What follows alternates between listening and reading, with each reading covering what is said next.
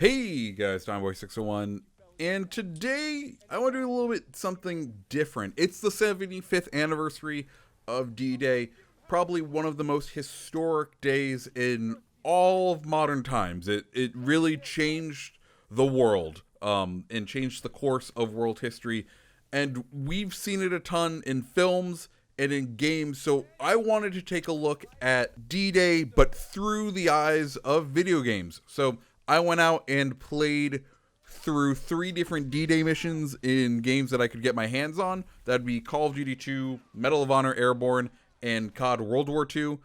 They are very different, each and every one of them. They tell a different part of the story of D-Day. If you want to see the full missions, those will be linked down in the comments below.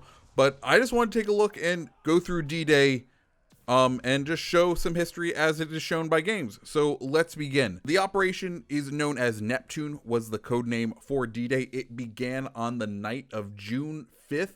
Just before midnight, Pathfinder airborne units landed on the ground to place Eureka ground transponders. These are basically a signaler that let friendly aircraft know what navigational points they're at, and they would then use these to help guide in the planes that carried the nearly 24,000 airborne troops that landed in Normandy on D-Day. So first thing we're looking at is going to be actually Medal of Honor Airborne.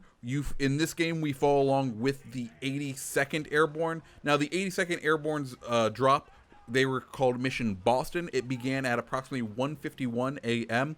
It was a lift of 10 series, organized in 3 waves, totaling about 6,420 paratroopers, carried by 369 C-47s. The Pathfinders on DZ-0 turned on their Eureka beacons as the first of the 82nd serial crossed the initial point, and they lit their Hall of Fame markers and all 3 in all 3 of the battalion assembly areas. As a result, they enjoyed the most accurate of the D-Day drops, half the regiment dropping within a mile of the drop zone and 75% within 2 miles. Unfortunately for the 82nd, none of their objectives of clearing west of the Murderay or destroying the bridges over the Douve were achieved on D-Day. However, one makeshift battalion of the 508th seized a small hill near Murderay and disrupted German counterattacks on Chef du Point for 3 days, which effectively accomplished their mission. The point of destroying those bridges was to prevent these counterattacks. In Medal of Honor Airborne, we get kind of a different version of history, because you definitely land closer to the beaches, which is weird, but that game wasn't really known for its accuracy in telling history, so it doesn't surprise me just how kind of off it is. Anyways, once the airborne had landed, it was then time for the rest of the army to land on the beaches. Allied infantry and armored divisions began landing on the coast of France at approximately 6:30. The target 50-mile stretch of the Normandy coast was divided into the 5 sectors or beaches. That'd be Utah, Omaha, Gold, Juno, and Sword. The U.S. took up Utah and Omaha, while the Brits and Canadians took Gold, Juno, and Sword. Now, in COD World War II, we do get a look at the beach of Omaha. Omaha was the most heavily defended beach. It was assigned to the 1st Infantry Division, which is who you play as, and the 29th Infantry Division. Strong currents forced many landing craft east of their intended position, or caused them to be delayed. For fear of hitting landing craft, U.S. bombers delayed releasing their loads, and as a result, most of the beach obstacles on Omaha remained undamaged when the men came ashore. Many of the landing craft ran aground on sandbars, and the men had to wade 50 to 100 meters in water up to their necks while under fire to get to the beach. In spite of the rough seas, tanks of 2 different companies of the 741st Tank Battalion were dropped 5,000 yards from shore.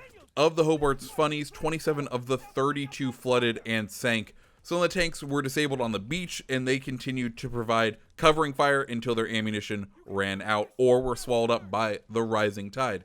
Casualties for the beach were around 2,000 as men were subjected to fire from the cliffs. Problems clearing the beach of obstructions led to the beachmaster calling a halt to further landings of vehicles at 8:30. A group of destroyers arrived around this time to provide fire support so landings could resume. Exit from the beach was possible only via 5 heavily defended gullies, and by late morning, barely 600 men had reached the higher ground. By noon, as artillery fire took its toll and the Germans started to run out of ammunition, though, the Americans were able to clear some of the lanes on the beach. They also started clearing the gullies of enemy defenses so that vehicles could move off the beach. The tenuous beachhead was expanded over the following days, and the D-Day objectives for Omaha were achieved just 3 days after D-Day. Now, beyond these beach assaults, there were some also specialty assaults, and that is highlighted in Call of Duty 2, specifically of Point du Hoc. Now, Point du Hoc was a prominent headland situated between Utah and Omaha. It was assigned to the 200 men of the 2nd Ranger Battalion.